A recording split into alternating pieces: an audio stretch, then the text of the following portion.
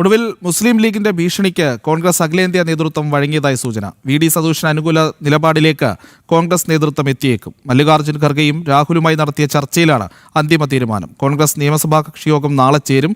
എല്ലാ MLA മാരും തിരുവനന്തപുരത്തേക്ക് എത്താൻ KPCC നേതൃത്വം നിർദ്ദേശം നൽകി.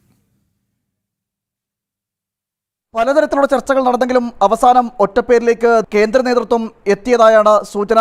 മുസ്ലിം ലീഗിന്റെ ഭീഷണിക്ക് ഹൈക്കമാൻഡ് വഴങ്ങിയെന്നാണ് വിവരം. VD ക്യാമ്പുകളിലെ ആവേശം ഇത് വ്യക്തമാക്കുന്നുണ്ട്. കോൺഗ്രസ് നേതാക്കളായ സോണിയയോടും രാഹുലിനോടും മുസ്ലിം ലീഗ് നേതൃത്വം തീരുമാനം അറിയിച്ചതോടെയാണ് ആ ഒറ്റപ്പേരിലേക്ക് ഹൈക്കമാൻഡ് എത്തിയത്. ലീഗിനെ ഭരിപ്പിച്ചാൽ വരുന്ന ലോക്സഭാ തെരഞ്ഞെടുപ്പിൽ സുരക്ഷിത സ്ഥാനമായ വയനാട് നഷ്ടമാകുമോ എന്ന ആശങ്ക കേന്ദ്രത്തിനുണ്ട്. ഇതോടെ നേതൃത്വം വഴങ്ങിയതായാണ് വിവരം. KC വേണുഗോപാലിനെ അനുനയിപ്പിക്കാനുള്ള നീക്കങ്ങളും തുടർന്ന് ആരംഭിച്ചു കഴിഞ്ഞു. 3 നേതാക്കൾക്ക് വേണ്ടിയും അവസാന നിമിഷം വരെ ചർച്ചകൾ നടന്നു. രമേശ് ചെന്നിത്തലയ്ക്ക് വേണ്ടി NSS നേതൃത്വം ഇടപെട്ടത് അവസാന നിമിഷം കല്ലുകടിയായി. 48 MLA-മാരുടെ പിന്തുണയാണ് KC വേണുഗോപാലിനുള്ളത്.